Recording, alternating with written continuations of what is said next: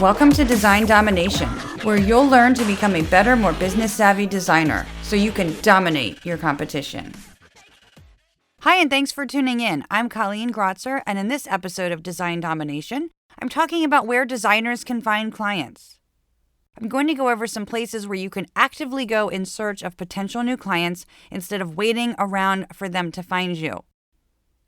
Now, this is going to be a shorter episode than usual because I've got what I hope will be some very helpful resources for you to check out. So I hope after this, you check them out and then do some research. Where do I find clients? Is one of the most commonly asked questions I see from designers all over online.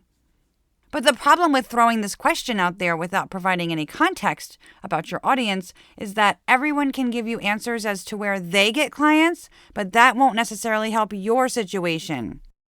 What works for others may not work for your client base.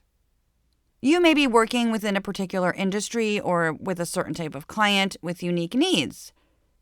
You really have to put yourself in your audience's shoes and do some research and find out where they hang out offline and online. And then go there and join in on their conversations to demonstrate your expertise, without being salesy, of course. Or to eavesdrop, just be a lurker for a bit, to find out more about their needs and how you can help them. For instance, my client business focuses on nonprofits, so I have joined local associations that nonprofits are a member of, Facebook groups that people working for nonprofits are in, and then I also consider the social media platforms they're on. So a few things to think about here are, well, first, where are your ideal clients online? What social media platforms are they on? I hear some designers saying they get clients on Instagram, but maybe your ideal clients are not on Instagram. Maybe they're active on Facebook or Twitter. Focus your efforts where they are. Don't necessarily set up accounts everywhere just to have them there. LinkedIn is another one, of course. But how often do you use the search features in LinkedIn? LinkedIn has some advanced search features that can help you filter your search. You can search for second-level connections, which is great because you already have one or more connections in common then. These may be potential clients or they may be potential referral partners, which I'll get into in a bit. On Twitter, you can follow individuals or companies that could be potential clients and get in on their conversations. Maybe they use a hashtag unique to them and you can contribute to that conversation or ask a question to get their attention. In addition to that, Twitter has a lists feature. You can see what lists someone may have created or be a member of and subscribe to. And then you could subscribe to those lists. You can check to see if there are email groups or forums that serve the particular industry, like, say, natural health, and then type of client, maybe that's female business owners or nonprofits, for example, that you serve.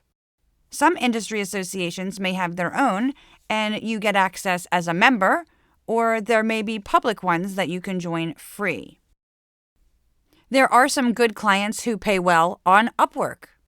I know someone who did so well on Upwork that Upwork asked him if they could use his name and face on a billboard in Times Square. A lot of it is how you present yourself. So how about some offline methods?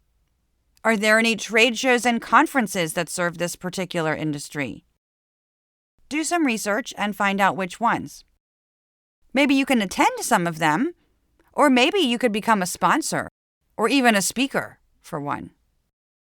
In research for this podcast, I looked up food and beverage conferences and came across a list of the top 46 food and beverage trade shows for 2020. I also looked up pet trade shows and came across an article about the 9 best pet trade shows. So just look up what's relevant for your situation. There are lots of conferences for nonprofits of all types, too. There are tons of industry trade associations that serve all kinds of industries. And don't forget about federal and local chambers of commerce.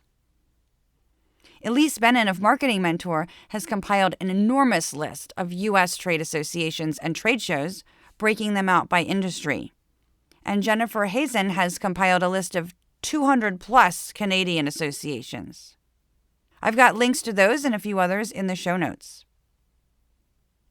Now, let's not forget about colleagues and potential partners, especially those you already know. They might be creatives who provide the same services as you, but serve a different audience. They could be creatives who provide complementary services in the same industry or for the same type of client. These can be valuable relationships. Start by thinking about what online and offline groups you may be a member of. Now, these could be paid memberships or free. They could be local creative networking happy hour type events in your area. They could be design-related meetups or even WordCamps. Developers oftentimes need a designer to partner with, Make sure these colleagues understand what you do and who you do it for so they can keep you top of mind for that and then refer clients to you. This could be done as a favor to each other, or maybe you agree to a referral commission when you get clients from each other. Now, of course, there are clients and colleagues who value working with someone locally, so you might look first at local online groups and local email lists, local Facebook groups, local associations, local events, and so forth. So are there other places that you look for clients? Please add to this conversation by commenting on the episode page at creative-boost.com/podcast or by posting in the Design Domination Facebook group.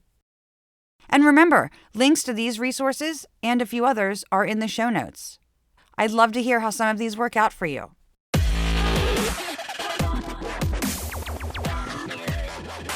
If you liked this content, please leave a review and share it on social media.